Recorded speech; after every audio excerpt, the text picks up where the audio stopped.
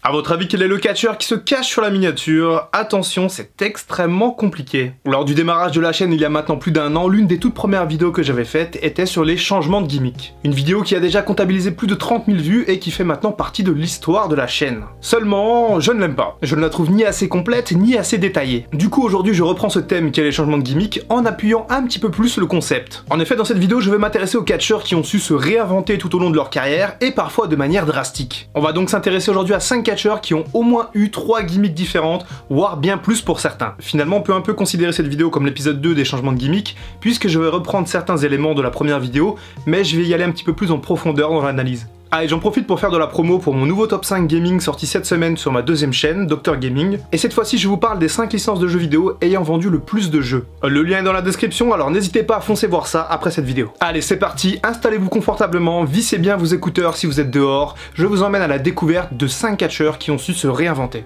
Et on démarre cette liste avec un choix qui va peut-être vous paraître surprenant puisqu'il s'agit de Jeff Hardy. Jeff Hardy qui d'ailleurs est l'un des catcheurs les plus appréciés par la communauté. Jeff Hardy démarre sa carrière de catcheur en 94 à l'âge de 16 ans. A l'époque, il n'effectue que quelques apparitions à la WWE en tant que jobber. Mais c'est en 98 que sa carrière va véritablement démarrer lorsque lui et son frère Matt rejoignent la WWE pour de bon. Il démarre d'ailleurs avec sa gimmick que l'on connaît actuellement, c'est-à-dire celle d'un catcheur extrême et voltigeur. D'ailleurs, il est difficile de parler de gimmick car Jeff Hardy a lui-même avoué plusieurs fois que son personnage à l'écran représente son lifestyle. Les Hardy Boys vont ensuite rejoindre Gangrel pour former l'équipe de vampires de New Brood, une équipe étrange qui sera bien vite arrêtée. Jeff Hardy poursuit sa carrière en équipe avec son frère Matt. Il se distingue par ses performances incroyables pendant les premiers TLC de l'histoire. Puis il poursuit sa carrière en solo au début des années 2000 avant d'être renvoyé par la WWE en avril 2003. Après un très court passage à la Ring of Honor en 2004, Jeff Hardy rejoint la TNA en 2005 et y interprète le charismatique Enigma, son personnage original avec des peintures faciales de plus en plus élaborées. Et fin 2005, Jeff Hardy quitte la TNA suite à plusieurs no-shows, c'est-à-dire des absences injustifiées lors des shows. Jeff revient à la WWE en 2006 et reforme l'équipe des Hardy Boys avec son frère. Sa popularité va grimper en flèche, ce qui lui ouvrira les portes du main event et du titre de champion de la WWE. Seulement, Jeff Hardy va quitter la promotion assez soudainement pendant l'été 2009. Les raisons officieuses évoquent des problèmes de santé au niveau du cou et du dos, ainsi qu'un mécontentement concernant son booking. Et là, c'est le moment où vous allez vous dire, mais Doc, à quel moment il change de gimmick Jeff Hardy? J'y viens. Jeff revient du côté de la TNA en 2010 et connaît des hauts et des bas dans sa carrière. Il devient membre du groupe Immortal et tourne le dos à ses fans en devenant l'antéchrist du catch. Un nouveau personnage heel et arrogant pour Jeff Hardy qui lutte alors en chemise et en cravate. Et c'est notamment avec cette gimmick qu'il obtiendra son tout premier titre de champion du monde à la TNA. Fin 2013, Jeff Hardy présente Willow, son alter ego. Un personnage assez dérangé et philosophique qui lutte masqué. Mais c'est l'arrivée de Matt Hardy à la TNA qui permet à Jeff Hardy de se réinventer une nouvelle fois. Après être entré en rivalité contre Broken Matt Hardy, Jeff se joint à lui et sa gimmick incroyable pour devenir Broken Jeff Hardy. Le nouveau personnage obsolete de Jeff Hardy, appelé par son frère Brother Nero, connaît un succès incroyable dans le monde du catch. Un succès en partie dû à son frère Matt qui a créé cet univers Broken si divertissant. D'ailleurs, je vais vous glisser dans la description quelques commentaires sur cette période absolument mythique de l'histoire de la TNA. La suite, on la connaît puisque Jeff va revenir à la WWE mais connaîtra malheureusement plusieurs blessures. Il est d'ailleurs probable que Matt Hardy quitte la WWE pour retourner sur le circuit indépendant et reprendre sa gimmick Broken. Qu'en pensez-vous? Souhaitez voir Jeff Hardy suivre son frère et changer de gimmick une nouvelle fois?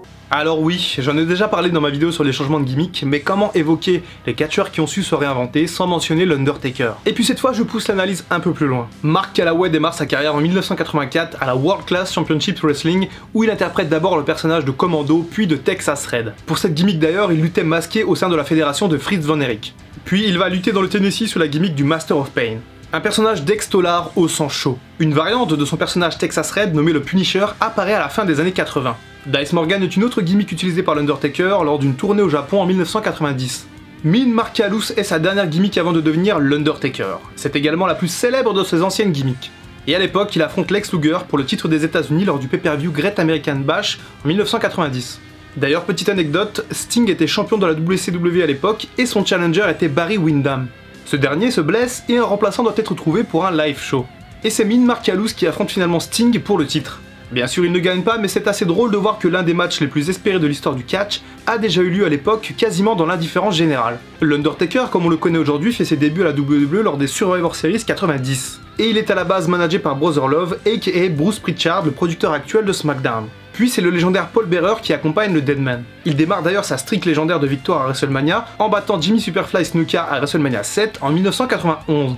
L'Undertaker devient l'une des têtes d'affiche de la WWE dans les années 90 et il devient un véritable leader du vestiaire de la promotion. En 1998, sa gimmick évolue, il tourne heel et devient alors le Lord of Darkness et il fonde le clan Ministry of Darkness. Mais fin 99, il se blesse et il disparaît alors des écrans. Il est absent pour WrestleMania 2000 et revient lors de Judgment Day. Et il revient sous la gimmick de l'American Badass. Une gimmick de motard bagarreur qui abandonne totalement toutes les facettes sombres de ses précédentes gimmicks. En effet, l'Undertaker était lassé du Deadman et voulait adopter une gimmick qui le ferait ressembler davantage à celui qu'il était dans la vraie vie. Et puis l'Undertaker va une nouvelle fois changer de gimmick en 2004 pour faire revenir le Deadman. En effet, fin 2003, il affronte Vince McMahon et se fait alors enterrer par son frère Kane. Et dans les mois qui suivent, de petits signaux annoncent le retour de l'Undertaker. Il revient finalement sur le ring lors de WrestleMania 20 en 2004 et depuis il n'a plus changé de gimmick. D'ailleurs, certains fans souhaiteraient voir l'Undertaker revenir en American Badass à l'occasion d'un WrestleMania par exemple. Et vous alors, qu'en pensez-vous? Dites-moi ça dans les commentaires. Voilà justement un catcheur qui peut succéder à l'Undertaker, tant sa gimmick est perturbante. Qui aurait cru que Wyndham Rotunda aurait une telle carrière? Petit-fils de Blackjack Mulligan et fils de l'illustre Mike Rotunda, celui que l'on appelle Bray Wyatt a déjà 10 ans de carrière à son actif et quelques changements de gimmick majeurs. Il intègre dès 2009 la Florida Championship Wrestling, la fédération école de la WWE,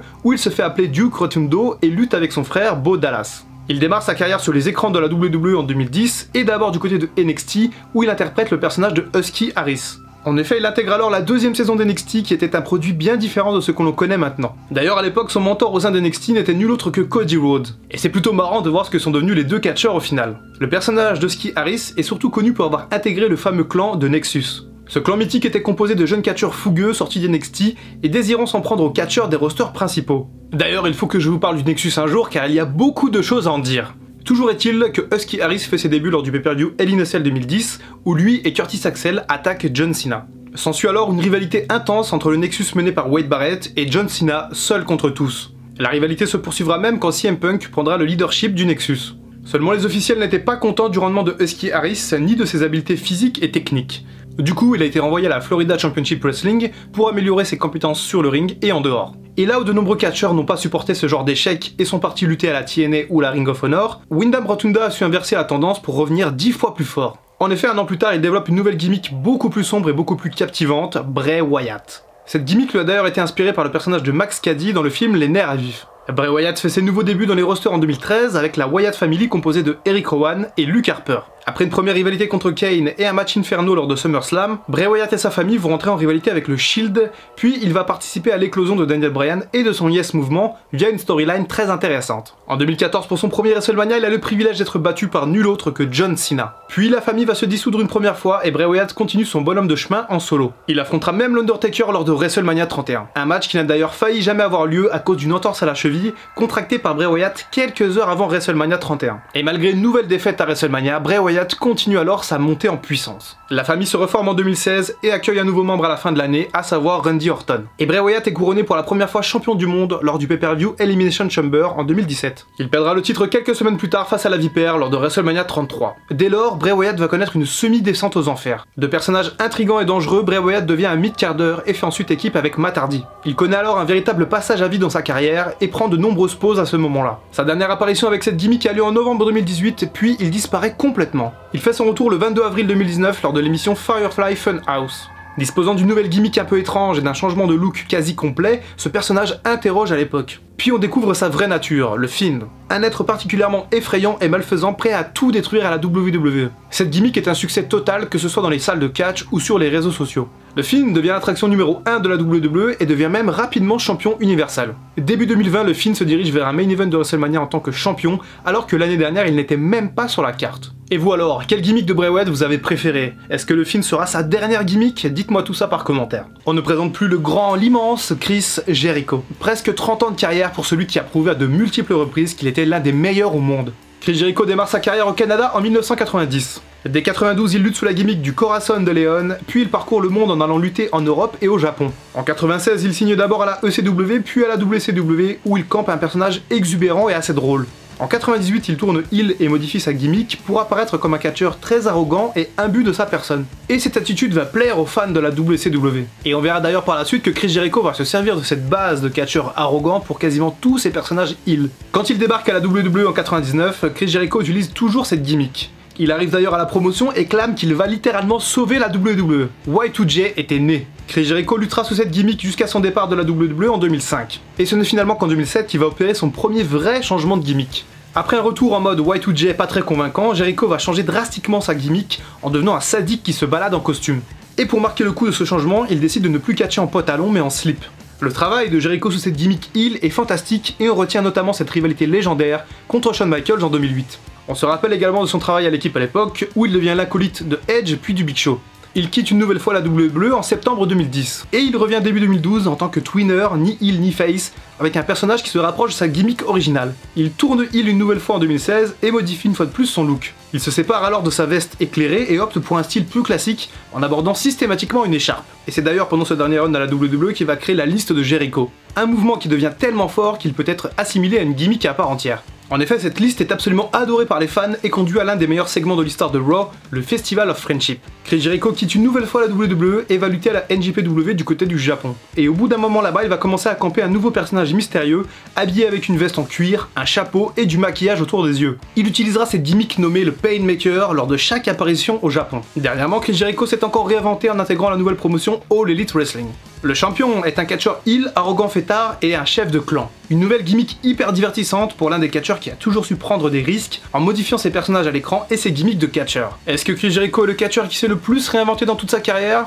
Je serais ravi d'avoir votre avis. Voici le moment de l'hésitation, le moment où vous allez espérer que je vous parle du catcheur que vous avez en tête depuis le début de cette vidéo. Et quel catcheur choisir pour ce dernier point? Mick Foley, Hulk Hogan, pourquoi pas Sting? Eh bien non, dans ce dernier point, j'ai décidé de vous parler de Kane. Glenn Jacob s'entraîne auprès de Dean Malenko et démarre sa carrière en 92 dans une promotion du Tennessee. Et sa première gimmick se nomme Christmas Creature. Il catch masqué dans une combinaison assez colorée, mais perd son masque lors d'un match contre Jerry Lawler. Puis il effectue un bref passage à la WCW en 93, où il catch sous la gimmick de Bruiser Mastino. En 94, il lutte à la Smoky Mountain sous le nom de Unabomb. Il fait ensuite ses débuts à la WWE en 95, où il interprète d'abord le docteur Isaac Yankim. Et il est à l'époque le dentiste personnel de Jerry Lawler. Mais cette gimmick ne plaît pas forcément à la foule et il devient rapidement un jobber. Glenn Jacob va une nouvelle fois changer de gimmick en 96 quand Scott Hall et Kevin Nash vont quitter la promotion. Vince McMahon possède les droits de ses personnages Diesel et Razor Ramon et décide donc de les remplacer par deux nouveaux catcheurs. Glenn Jacob devient donc le faux Diesel. Il reprend exactement la même tenue et les mêmes mouvements que Kevin Nash avant lui. Cette idée est un flop total puisque les fans se rendent bien compte que ce ne sont pas les catcheurs originels et ils rejettent absolument cette idée farfelue. Et l'année 97 va marquer le 5e changement de gimmick en 5 ans pour Glenn Jacob. Et cette fois-ci, c'est un carton. Le personnage de Kane débarque en pleine attitude era et provoque un séisme dans le monde du catch. Avec son masque et sa combinaison, ce personnage intrigue autant qu'il inquiète les fans. Kane sera de toutes les rivalités pendant l'attitude era, obtenant même le titre de champion de la compagnie. Le début des années 2000 sera un peu plus difficile pour lui puisqu'il devient moins intéressant lorsqu'il perd son masque. Durant cette décennie, Kane représente un mid-carder solide, obtenant même quelques titres prestigieux. Il revient en 2011 sous sa forme masquée et son booking est plutôt bon